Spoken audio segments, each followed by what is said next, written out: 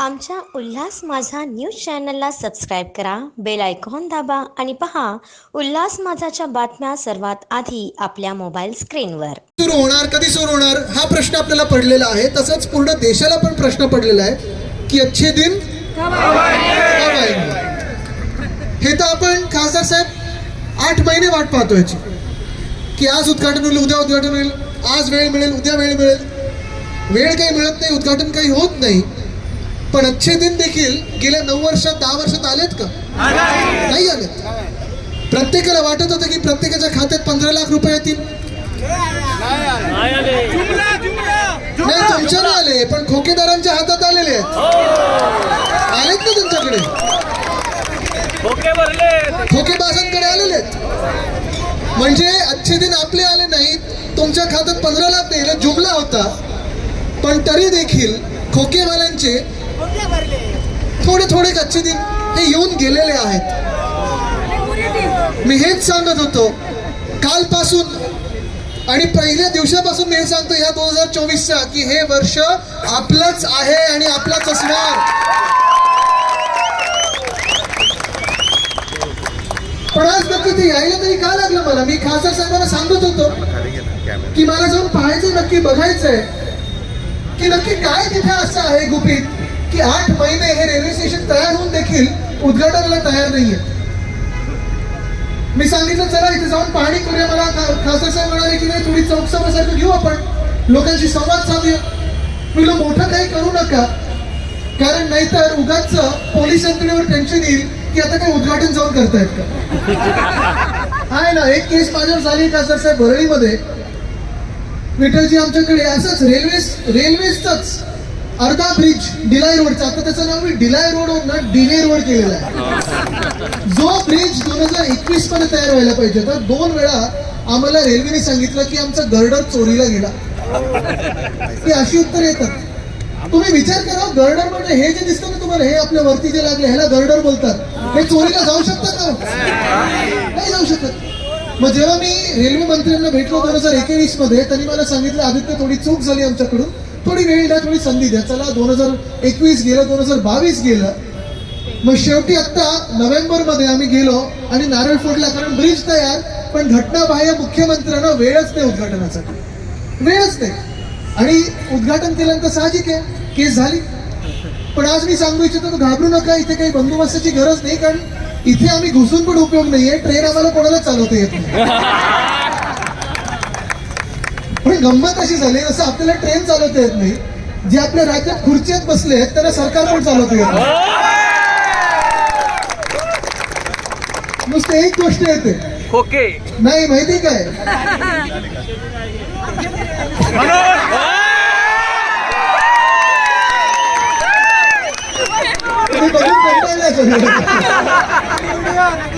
पण हे असं सगळं कसं चालणार? आपण राज्य जाणार तरी कुठे?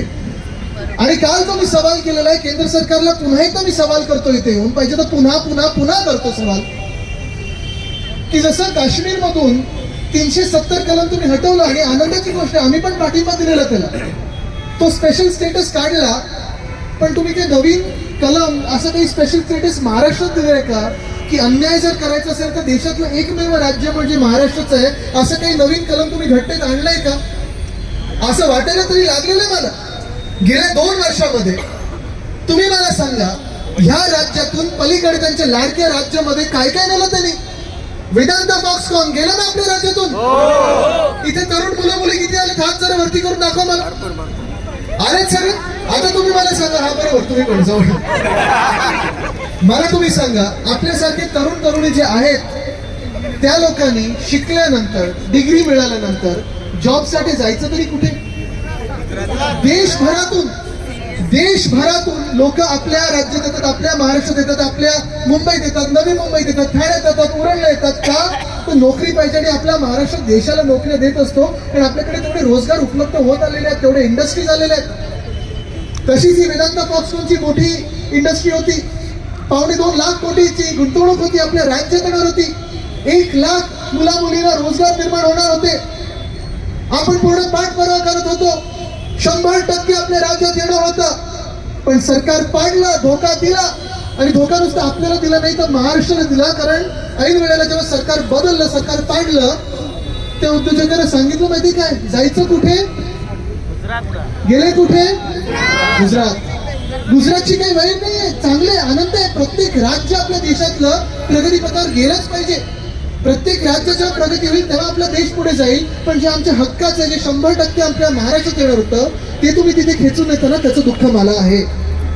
1 लाख लोकांना जर इथे रोजगार उपलब्ध झाला असता, कदाचित आपल्या सर्वांना असेल. अनेक देशातल्या आपल्या राज्यातल्या लोकांना इथे रोजगार निर्माण झाला असता. पण इथून वेदांता फॉक्सकॉन गेलं कुठे, गुजरातमध्ये. आणि गुजरातमध्ये गेल्यानंतर तिथे त्यांनी सांगितलं आम्हाला इथे काही परवडणार नाही, आम्हाला उद्योगच बंद करायला लागेल. नुकसान कोणाचं झालं, देशाचं झालं, देशाचं नुकसान झालं.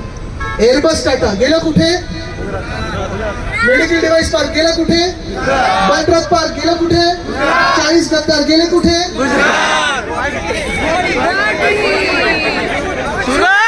हे तर सोडा, हे तर सोडा. साधी आपली वर्ल्ड कपची फायनल कुठून कुठे नेली त्यांनी. आपल्या मुंबईत झाली असती, महाराष्ट्रात झाली असती, जिंकलो असतो ना आपण.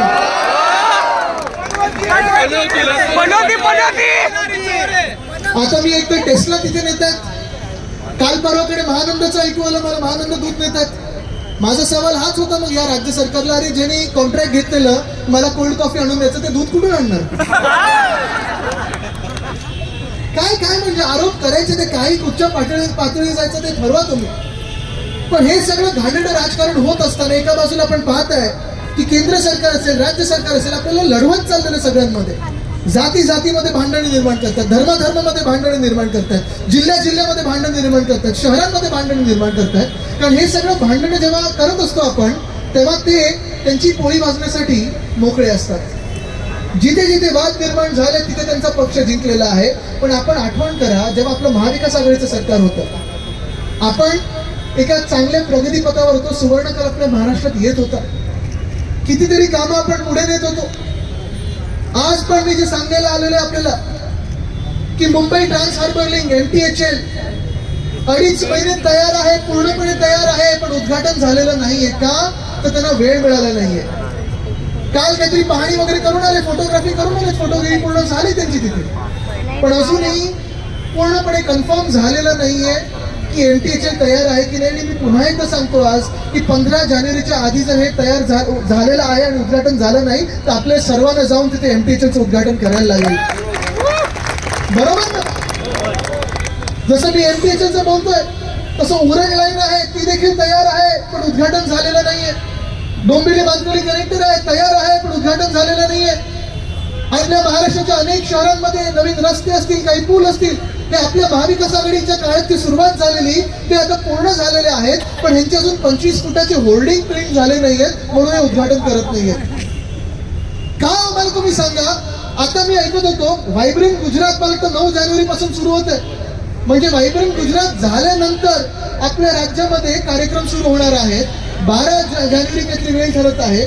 पण अजूनही का असा आपल्यावर अन्याय होतो, नक्की महाराष्ट्रात का अन्याय होतो की आपल्याकडे अशा सगळ्या चांगल्या वास्तू तयार होऊन उद्घाटनाची होत नाहीत. हे किती दिवस उद्घाटन बाकी आहे, किती दिवस झाले तयार होऊन? 9 महिने झालेत. हा, आता तुम्ही मला सांगा, 9 महिने येता जाता लाईट चालू असतात ना, बिल कोण भरताय? आपण टॅक्स पेअर. कॉन्ट्रॅक्टर नेमले असतील साफसफाईसाठी, स्वच्छतेसाठी, आहेत की नाही? आहेत ना. सिक्युरिटीसाठी कॉन्ट्रॅक्टर नेमले असतील, बिल कोण भरताय? आपण. सेवा मिळते तुम्हाला? नाही मिळत. आपल्यासारखे किती लोक असे असतील जे कामासाठी इथे येतात, नातेवाईकांना भेटायला येतात, काहीतरी अडचण असेल म्हणून येतात, पण आपल्याला हे स्टेशन अजून उपलब्ध झालं नाहीये. मी आज रेल्वे मंत्री महोदयांना पुन्हा एकदा सांगतो की चला, पाहिजे ना तुम्हाला सेल्फी काढायची आहे, खासदार साहेबांनी मी इथे सेल्फी काढू आता आणि तुम्हाला टॅग करतो, बघा स्टेशन सोबत सेल्फी आहे. हल्ली त्यांचं नवीन सुरू झालंय, सेल्फी सेल्फी सेल्फी बूथ करतायत. आणि ज्या सेल्फी बूथची किंमत ज्या अधिकाऱ्यांनी सांगितली त्याची ताबडतोब बदली केली, त्याची. कुठे नाही आता काही माहिती नाही. RTIतून उत्तरं कशी कमी देता येईल ह्याच्यावर विचार चालू आहे. पण आपल्या महाराष्ट्रामध्ये, आपल्या दिघ्यामध्ये रेल्वे स्टेशन गेले 8 ते 9 महिने तयार असूनही साधं उद्घाटनासाठी आपल्या राज्याच्या नेत्यांना, नेते म्हणजे जे घाणेरडे राजकारणी बसलेत आपल्या डोक्यावर बसवले गेलेत, खोके देऊन धोके घेऊन त्या राजकारणाला आपल्या महाराष्ट्रासाठी वेळ नाहीये. हा विचार आता तुम्ही करणं गरजेचं आहे. आता काल परवाकडे वन नेशन वन पोल, एक देश एक इलेक्शन, ह्याची आता सूचना जाहीर झालेली आहे. तुम्ही सूचना द्यायच्यात, सजेशन ऑब्जेक्शन असेल ते द्यायच्यात. ह्यांची मुंबई युनिव्हर्सिटी पासून दिल्लीपर्यंत निवडणूक घेण्याची तयारी नाही, हिंमत नाही.